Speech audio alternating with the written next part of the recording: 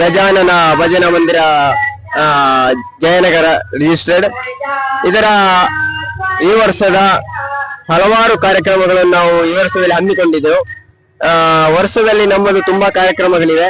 ಅದರಲ್ಲಿ ಮೊದಲಿಗೆ ನಾಗರ ಪಂಚಮಿ, ಅದೇ ರೀತಿ ಗಣೇಶ ಚತುರ್ಥಿ, ಅದೇ ರೀತಿ ಶ್ರೀಕೃಷ್ಣ ಜನ್ಮಾಷ್ಟಮಿ, ಅದೇ ರೀತಿ ನಮ್ಮ ಒಂದು ದೊಡ್ಡ ಕಾರ್ಯಕ್ರಮ ಅಂತ ಹೇಳ್ಬೋದು ಸಾರ್ವಜನಿಕ ಶ್ರೀ ದುರ್ಗಾ ಪೂಜೆ ಹಾಗೂ ದೀವಪೂರ್ಣ ಭಜನೆ ಅಂದ್ರೆ ಅರ್ಧ ಏಕ ಭಜನೆ. ಈ ಅರ್ಧ ಏಕ ಭಜನೆಯು ಈ ದಿನ 28/9/25 ತಾರೀಕಿನಂದು ವಿಜೃಂಭಣೆಯಿಂದ ಆಗ್ತಾ ಇದೆ. ಅದಕ್ಕೆ ಬೆಳಿಗ್ಗಿನಿಂದ ಸಂಜೆಯ ತನಕ ಹಲವಾರು ಭಜನಾ ತಂಡಗಳಿಂದ ಭಜಕರಿಂದ ಉತ್ತಮವಾದ ಭಜನಾ ಸೇವೆಯನ್ನು ನಡೆಸ್ತಾ ಬರ್ತಾ ಇರ್ತಾರೆ. ಅದೇ ರೀತಿ ನಮ್ಮ ಇಂದಿನ ಈ ಕಾರ್ಯಕ್ರಮಕ್ಕೆ ನಮ್ಮೊಂದಿಗೆ ತನು ಮನ ಧನ ಸಹಾಯವನ್ನು ನೀಡಿದಂತ ಎಲ್ಲರಿಗೂ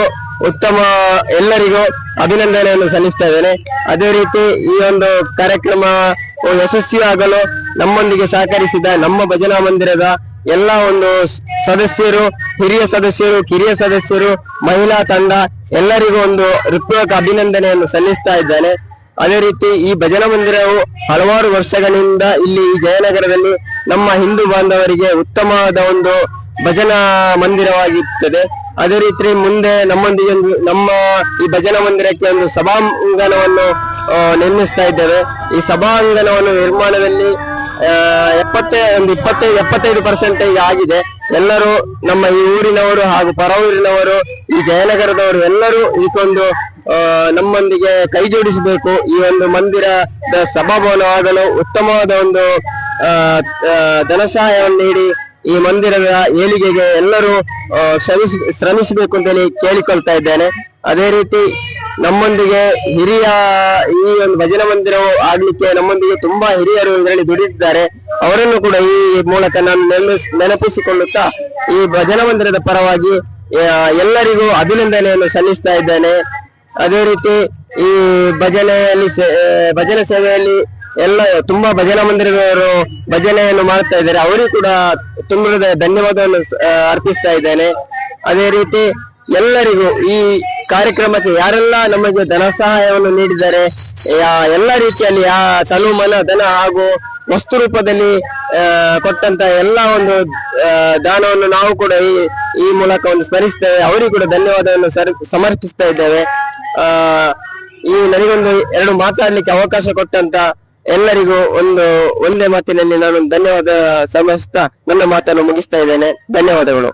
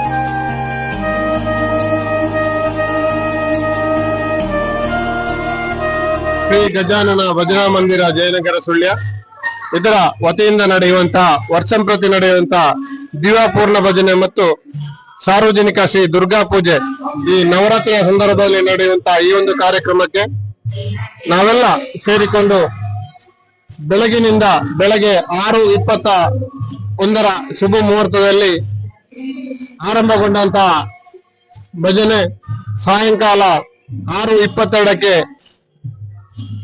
ಮಂಗಳದೊಂದಿಗೆ ಈ ದಿವ್ಯಪೂರ್ಣ ಭಜನೆ ಮಂಗಳಗೊಳ್ಳಿಕ್ಕಿದೆ. ಆ ಬಳಿಕ ಸಿಯರಿ ಎಳಚಿತಾ ಇವರ ಪೌರೋಹಿತ್ಯದಲ್ಲಿ ರಾತ್ರಿ ದುರ್ಗಾ ಪೂಜೆ ನಡೀಲಿಕ್ಕಿದೆ. ಈ ಒಂದು ವರ್ಷದಲ್ಲಿ ನವರಾತ್ರಿ ಸಂದರ್ಭದಲ್ಲಿ ನಡೆಯುವಂತ ಈ ಒಂದು ಕಾರ್ಯಕ್ರಮಕ್ಕೆ ನಮ್ಮೆಲ್ಲ ಸಮಾಜದ ಎಲ್ಲ ಬಂಧುಗಳು ಸೇರಿಕೊಂಡು ಒಗ್ಗಟ್ಟಾಗಿ ನಾವೆಲ್ಲ ಈ ಕಾರ್ಯಕ್ರಮದ ಯಶಸ್ವಿಗೆ ಸಹಕಾರವನ್ನ ಎಲ್ಲ ಸಮಾಜ ಬಾಂಧವರು ನೀಡಿದ್ದಾರೆ. ಇವರಿಗೆ ಎಲ್ಲರಿಗೆ ಕೂಡ ನಮ್ಮ ಭಜನಾ ಮಂದಿರದ ಪರವಾಗಿ ತುಂಬ ಹೃದಯದ ಅಭಿನಂದನೆಗಳನ್ನ ಸಲ್ಲಿಸ್ತಾ ಇದ್ದೇನೆ. ಅದೇ ರೀತಿ ಮುಂದೆ ಕೂಡ ನಮ್ಮ ಎಲ್ಲ ಕಾರ್ಯಚಟುವಟಿಕೆಗಳಿಗೆ ಮುಂದೆ ನಡೆಯುವಂತಹ ನೂತನ ಸಭಾಭವನದ ಉದ್ಘಾಟನಾ ಸಮಾರಂಭ, ಅದರ ಜೊತೆಗೆ ಚೈತನ್ಯ ಪೂಜೆ, ನಾಗರಾಣಿಯ ಪ್ರತಿಷ್ಠೆ, ಎಲ್ಲ ಕಾರ್ಯಕ್ರಮ, ಸಾಂಸ್ಕೃತಿಕ ಕಾರ್ಯಕ್ರಮ, ಧಾರ್ಮಿಕ ಕಾರ್ಯಕ್ರಮಗಳೊಂದಿಗೆ ವಿಜೃಂಭಣೆಯಿಂದ ನಡೀಲಿಕ್ಕಿದೆ. ಎಲ್ಲ ಭಗವತ್ ಭಕ್ತರು ಈ ಒಂದು ಪುಣ್ಯ ಕಾರ್ಯದಲ್ಲಿ ಕೂಡ ನಮ್ಮೊಂದಿಗೆ ಕೈ ಜೋಡಿಸಿ ಈ ನೂತನ ಸಭಾಭವನ ಆದಷ್ಟು ಬೇಗ ನಿರ್ಮಾಣಗೊಳ್ಳಿಕ್ಕೆ ನಾವೆಲ್ಲ ಸಹಕಾರಿಯಾಗಬೇಕು ಅಂತೇಳಿ ಮತ್ತೊಮ್ಮೆ ವಿನಂತಿಯನ್ನ ಮಾಡಿಕೊಳ್ಳುತ್ತಾ, ಇದನ್ನು ನಡೆಯುವಂತ ಈ ಕಾರ್ಯಕ್ರಮದ ಯಶಸ್ವಿಗೆ ಸಹಕಾರವನ್ನು ನೀಡಿರುವಂತ ಎಲ್ಲ ನಮ್ಮ ಸಮಾಜದ ಎಲ್ಲ ಭಗವತ್ ಭಕ್ತರಿಗೆ, ಕೊಡುಗೈ ದಾನಿಗಳಿಗೆ ಕೂಡ ಭಜನಾ ಮಂದಿರದ ಪರವಾಗಿ, ಟ್ರಸ್ಟಿನ ಮತ್ತು ಸೇವಾ ಸಮಿತಿಯ ಪರವಾಗಿ ತುಂಬ ಹೃದಯದ ಕೃತಜ್ಞತೆಯನ್ನು ಅರ್ಪಿಸ್ತಾ ಇದ್ದೇವೆ.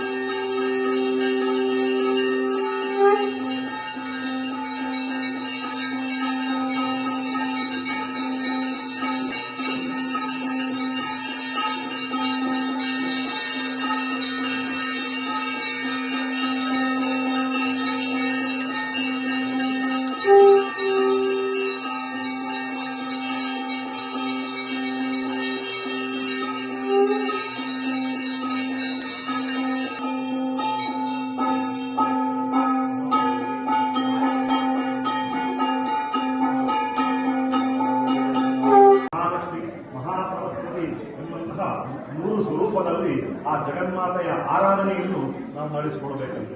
ಯಾಕೆಂತಂದ್ರೆ ಕಾಳಿ ಎಂಬಂತಹ ಸ್ವರೂಪದಲ್ಲಿ ಆರಾಧನೆ ಮಾಡಿದಾಗ ಅಜ್ಞಾನ, ಕತ್ತಲೆ, ತೊಂದರೆ, ದುರಿತ ಎಂಬಂತಹ ಆ ಅರಿಷ್ಟಗಳು ಯಾವುದಿದೆ, ಅರಿಗಳು ಯಾವುದಿದೆಯೋ, ತೊಂದರೆಗಳು ಯಾವುದಿದೆಯೋ ಅದನ್ನೆಲ್ಲವನ್ನು ನಿವಾರಣೆ ಮಾಡಿಕೊಡ್ತಾಳಂತೆ. ಇನ್ನು ಮಹಾಲಕ್ಷ್ಮೀ ಸ್ವರೂಪದಲ್ಲಿ ಆರಾಧನೆ ಮಾಡಿದಾಗ ನಮಗೆ ಆ ಜೀವನದಲ್ಲಿ ಯಶಸ್ಸೆಂಬಂತ ಸಂಪತ್ತಾಗಿರ್ಬೋದು, ಅಥವಾ ನಾವು ನಡೆಸಿಕೊಳ್ಳುವಂತಹ ಕೆಲಸ ಕಾರ್ಯಗಳಲ್ಲಿ ನಮಗೆ ಜಯವೆನ್ನುವಂತಹ ಸಂಪತ್ತಾಗಿರ್ಬೋದು, ಕಲಿಯತಕ್ಕಂತಹ ಮಕ್ಕಳಿಗೆ ವಿದ್ಯಾಬುದ್ಧಿ ಎಂಬಂತಹ ಸಂಪತ್ತಾಗಿರ್ಬೋದು, ಇಂತಹ ಸಂಪತ್ತುಗಳನ್ನು ವೃದ್ಧಿಯನ್ನಾಗಿಸಿಕೊಳ್ಳಲಿಕ್ಕೆ ನಮಗೆ ದಯಪಾಲಿಸಿಕೊಡ್ತಾಳೆ. ಈ ರೀತಿಯಾಗಿ ಮೂರು ಸ್ವರೂಪದಲ್ಲಿ ಆರಾಧನೆ ಮಾಡಿದಾಗ ಅವಳ ಸಂಪೂರ್ಣ ಯಾವುದೊಂದು ಚೈತನ್ಯ ಯಾವುದಿದೆ ಆ ಚೈತನ್ಯವನ್ನು ನಾವು ಆರಾಧನೆ ಮಾಡಿದಾಗ ಇರ್ತದೆ. ಹಾಗೆ ಆರಾಧನೆ ಮಾಡಿದಾಗ ಯಾದೇವಿ ಸ್ವಭೂತೇಶು ಮಾತ್ರ ರೂಪೇಣ ಸಂತ ನಮಸ್ತಸ್ಸೇ ನಮಸ್ತಸ್ಸೇ ನಮಸ್ತಸ್ಸೇ ನಮೋ ನಮಃ ಎಂಬುದಾಗಿ ದೇವಿ ಭಾಗವತದಲ್ಲಿ ಅವನನ್ನು ನಿರೂಪಣೆ ಮಾಡ್ತಾಳೆ. ಶಕ್ತಿ ಸ್ವರೂಪಿಣಿಯ ಆರಾಧನೆಯಿಂದ ನಾವು ನಮ್ಮ ಜೀವನದಲ್ಲಿ ಅಥವಾ ನಮ್ಮ ಕೆಲಸ ಕಾರ್ಯಗಳಲ್ಲಿ ಬರತಕ್ಕಂತಹ ಎಲ್ಲ ತೊಂದರೆಗಳನ್ನು, ಅರಿಷ್ಟಗಳನ್ನೆಲ್ಲವನ್ನು ಕೂಡ ಪರಿಹರಿಸಿಕೊಂಡು ಅದರಲ್ಲಿ ಯಶಸ್ಸು, ಕೀರ್ತಿ, ಸುಖ, ಸಂತೋಷ, ನೆಮ್ಮದಿ ಎಂಬಂತಹ ಎಲ್ಲ ಸಂಪತ್ತುಗಳನ್ನು ಪಡ್ಕೊಳ್ಳಿಕ್ಕೆ ಬೇಕಾಗಿರತಕ್ಕಂಥ ಅನುಕೂಲತೆಗಳನ್ನು ಜಗಜ್ಜನನಿ ಸ್ವರೂಪದಲ್ಲಿ ಆ ತಾಯಿ ನಮಗೆ ಅನುಗ್ರಹ ಮಾಡಿಕೊಡ್ತಾಳೆ. ವಿಶೇಷವಾಗಿ ಶರತ್ಕಾಲದಲ್ಲಿ ಅವಳ ಆರಾಧನೆಯನ್ನು ನಡೆಸಿಕೊಂಡು ಬರಬೇಕಂತೆ.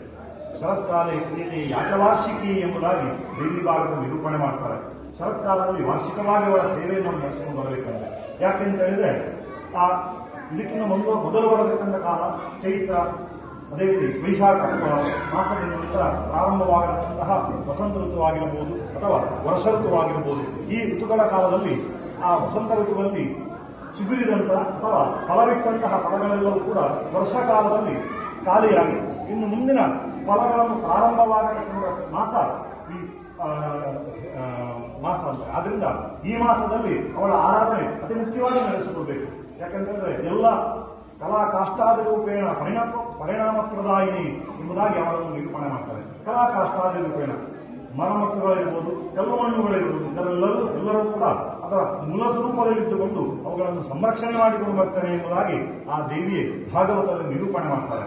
ಅದರಿಂದ ಆ ಎಲ್ಲ ಮೂಲ ವಸ್ತುಗಳ ಮೂಲ ಸ್ವರೂಪದಲ್ಲಿದ್ದುಕೊಂಡು ಅವರನ್ನು ಸಂರಕ್ಷಣೆ ಮಾಡ್ತಾರೆ. ಅದರಿಂದ ಈ ಕಾಲದಲ್ಲಿ ಅವಳ ಆರಾಧನೆಯನ್ನು ವಿಶೇಷವಾಗಿ ನಡೆಸಿಕೊಂಡಾಗ ಅವಳ ಅನುಗ್ರಹದಿಂದ ಇನ್ನು ಮುಂದೆ ನಮ್ಮ ಜೀವನಕ್ಕೆ ಬೇಕಾಗಿರತಕ್ಕಂಥ ಫಲಗಳಾಗಿರ್ಬೋದು, ಪುಷ್ಪಗಳಾಗಿರ್ಬೋದು, ಗಾಳಿ ನೀರುಗಳಾಗಿರ್ಬೋದು, ಇದನ್ನೆಲ್ಲವನ್ನು ಕೂಡ ಅವಳು ನಮಗೆ ಮುಂದಿನ ಬರತಕ್ಕಂಥ ಕಾಲದಲ್ಲಿ ನಮಗೆ ಅನುಗ್ರಹ ಮಾಡಿಕೊಡ್ತಾಳಂತೆ. ಅದರಿಂದ ಅವಳ ಆರಾಧನೆಯನ್ನು ನಾವು ನಡೆಸಿಕೊಳ್ಬೇಕಂತೆ. ಈ ದಿನ ವಿಶೇಷವಾಗಿ ವಾರ್ಷಿಕವಾಗಿ ನಡೆಸಿಕೊಳ್ಳತಕ್ಕಂತಹ ಸೇವೆ, ಆ ಚಂಡಿಕಾ ದುರ್ಗಾ ಪರಮೇಶ್ವರ ದೇವೆ, ಅದನ್ನೆಲ್ಲನೂ ನಾವೆಲ್ಲರೂ ಸೇರಿಕೊಂಡು ಶ್ರದ್ಧೆಯಿಂದ ಭಕ್ತಿಯಿಂದ ನಡೆಸಿಕೊಂಡಿದ್ದೇವೆ. ಸಂಗೇಶ ಕಲೋಯುಗೆ ಎಂಬುದಾಗಿ ಕಲಿಯುಗದಲ್ಲಿ ಸಾಮೂಹಿಕವಾಗಿ ನಡೆಸಿಕೊಳ್ಳತಕ್ಕಂತಹ ಎಲ್ಲ ಆರಾಧನೆಗಳಿಗೂ ಆ ಭಗವಂತನ ವಿಶೇಷವಾಗಿರತಕ್ಕಂಥ ಅನುಗ್ರಹ ಇದೆ ಎಂಬುದಾಗಿ ನಿರೂಪಣೆ ಮಾಡ್ತಾನೆ ಶ್ರೀಕೃಷ್ಣ ಸ್ವರೂಪದಲ್ಲಿ ಪರಮಾತ್ಮ. ಅದರಿಂದ ಅಂತಹ ಆರಾಧನೆಯನ್ನು ನಾವು ಇವತ್ತು ನಾವೆಲ್ಲರೂ ಸೇರಿಕೊಂಡು ಶ್ರದ್ಧೆಯಿಂದ ಭಕ್ತಿಯಿಂದ ನಡೆಸಿಕೊಂಡಿದ್ದೇವೆ. ನಡೆಸಿಕೊಂಡಿರತಕ್ಕಂತಹ ಸೇವೆಗಳಲ್ಲಿ ಹೇಳಿದಂಥ ಮಂತ್ರತಂತ್ರಗಳಲ್ಲಾಗಿರ್ಬೋದು, ನಾವು ಸೇರಿಸಿಕೊಂಡಂತಹ ದ್ರವ್ಯಗಳಲ್ಲಾಗಿರ್ಬೋದು, ಭಕ್ತಿ ಶ್ರದ್ಧೆಗಳಲ್ಲಾಗಿರ್ಬೋದು, ಅಪರಾಧಗಳು ಬರತಕ್ಕಂಥ ಸಾಧ್ಯತೆಗಳಿರ್ಬೋದು. ಅದರಿಂದ ಅಂತಹ ಎಲ್ಲ ಅಪರಾಧಗಳಿಗೆ ಕ್ಷಮೆಯನ್ನು ಅನುಗ್ರಹ ಮಾಡಿಕೊಟ್ಟು ನಾವು ಕೊಟ್ಟಿರತಕ್ಕಂತಹ ಸೇವೆ ಪುಷ್ಪವನ್ನು ಅರ್ಪಣೆ ಮಾಡುವುದಕ್ಕೆ ಪುಷ್ಪದ ಹೆಸರು ಎಂಬುದಾಗಿ ಮುಂಚಿತವಾಗಿ ಕೂಡ ಅನಂತವಾಗಿ ಆ ಸೇವೆಯನ್ನು ತನ್ನ ಕರ್ನಾರವಿಂದಗಳಿಗೆ ಸ್ವೀಕಾರ ಮಾಡಿಕೊಂಡು ಯಾರೆಲ್ಲರೂ ಈ ಕ್ಷೇತ್ರಕ್ಕೆ ಬಂದುಕೊಂಡು ಆ ತಾಯಿಯ ಆರಾಧನೆಯನ್ನು ನಡೆಸಿಕೊಂಡಿದ್ದಾರೋ ಅವರವರಿಗೆ ಅವರವರ ಜೀವನದಲ್ಲಿ ಬರತಕ್ಕಂತಹ ಕಷ್ಟ ನಷ್ಟಗಳಿರ್ಬೋದು, ತೊಂದರೆಗಳಿರ್ಬೋದು, ದುರಿತಗಳಿರ್ಬೋದು, ಅದನ್ನೆಲ್ಲವನ್ನು ಪರಿಹರಿಸಿಕೊಳ್ಳಲಿಕ್ಕೆ ಬೇಕಾಗಿರತಕ್ಕಂತಹ ಅನುಕೂಲವೇ. ಅವರವರ ಮನಸ್ಸಿನ ಅಭಿಲಾಷೆಗಳೇ ಯಾವುದಿದೆ ಅದನ್ನು ಪರಿಪೂರ್ಣವಾಗಿ ಕೈಗೂಡಿಸಿಕೊಂಡು ಬರಲಿಕ್ಕೆ ಬೇಕಾಗಿರತಕ್ಕಂಥ ಶಕ್ತಿ, ದೇಹಕ್ಕೆ ಬೇಕಾಗಿರತಕ್ಕಂಥ ಆಯುಷ್ಯದ ಆರೋಗ್ಯದ ವೃದ್ಧಿ, ಕಳೆಯತಕ್ಕಂಥ ಮಕ್ಕಳಿಗೆ ವಿದ್ಯಾಭಿವೃದ್ಧಿ ಸಿದ್ಧಿ, ಉದ್ಯೋಗದಲ್ಲಿ ಯಶಸ್ಸು ಕೀರ್ತಿ, ಸಮಾಜದಲ್ಲಿ ಉತ್ತಮವಾಗಿರತಕ್ಕಂತಹ ಬಾಂಧವ್ಯದಿಂದ ಜೀವನ ನಡೆಸಿಕೊಂಡು ಬರಲಿಕ್ಕೆ ಬೇಕಾಗಿರತಕ್ಕಂಥ ಅನುಕೂಲತೆ, ಸಮಾಜದಲ್ಲಿ ಐಕ್ಯಮತ್ಯವನ್ನು ಒಗ್ಗಟ್ಟನ್ನು ಆ ತಾಯಿ ಅನುಗ್ರಹ ಮಾಡಿದರು. ಎಲ್ಲರಿಗೆ ಉತ್ತರೋತ್ತರ ಶ್ರೇಯವೃದ್ಧಿ ಹಾಗೂ ಇನ್ನು ಮುಂದೆ ಈ ಕ್ಷೇತ್ರದಲ್ಲಿ ಕೆಲವು ರೀತಿಯ ಕೆಲಸ ಕಾರ್ಯಗಳು ನಡೆಯುತ್ತಿದೆ. ಆ ಕೆಲಸ ಕಾರ್ಯಗಳಿಗೆ ಬೇಕಾಗಿರತಕ್ಕಂಥ ಎಲ್ಲಾ ರೀತಿಯಾದ ಅನುಕೂಲತೆಗಳನ್ನು ಕೂಡ ತಾಯಿ ನಿವಾರಿಸಿಕೊಟ್ಟು ಎಲ್ಲರಿಗೆ ಲೋಕ ಸಮಸ್ತ ಸುಖಿನೋ ಭವಂತು ಸಮಸ್ತ ಸನ್ಮಂಗಳಾನಿ ಭವಂತು ಎಂಬುದಾಗಿ ಉಪನಿಷತ್ತಿನಲ್ಲಿ ಮಾತನ್ನು ಹೇಳ್ತಾರೋ ಅದೇ ರೀತಿ ಲೋಕಕ್ಕೆ ಬಂದಿರತಕ್ಕಂತಹ ಕ್ಷಾಮಡಾಮರಗಳಾಗಿರ್ಬೋದು, ಅತಿವೃಷ್ಟಿ ಅನಾವೃಷ್ಟಿಗಳಾಗಿರ್ಬೋದು, ಅದನ್ನೆಲ್ಲವನ್ನು ಪರಿಹರಿಸಿಕೊಳ್ಳಲಿಕ್ಕೆ ಬೇಕಾಗಿರತಕ್ಕಂಥ ಅನುಕೂಲತೆ ಹಾಗೂ ಅದನ್ನೆಲ್ಲವನ್ನು ಎದುರಿಸಿಕೊಂಡು ಜೀವನವನ್ನು ಮುಂದುವರಿಸಲಿಕ್ಕೆ ಬೇಕಾಗಿರುವ ಶಕ್ತಿ, ಇದನ್ನೆಲ್ಲವನ್ನು ಕೂಡ ಒದಗಿಸಬೇಕು. ಎಲ್ಲರಿಗೆ ಸನ್ಮಂಗಳವನ್ನು ಅನುಗ್ರಹ ಮಾಡಿಕೊಡಬೇಕೆಂಬಂತಹ ಪ್ರಾರ್ಥನೆಯನ್ನು ಮಂಗಳೆಯಾಗಿರತಕ್ಕಂತಹ ಆ ತಾಯಿಯ ಸನ್ನಿಧಾನದಲ್ಲಿ ನಾವೆಲ್ಲರೂ ಸೇರಿಕೊಂಡು ಶ್ರದ್ಧೆಯನ್ನು ಭಕ್ತಿಯಿಂದ ನಡೆಸಿಕೊಳ್ಳೋಣ. ಅಕ್ಷತೆಯನ್ನು ಬಿಸಾಡಬೇಡಿ.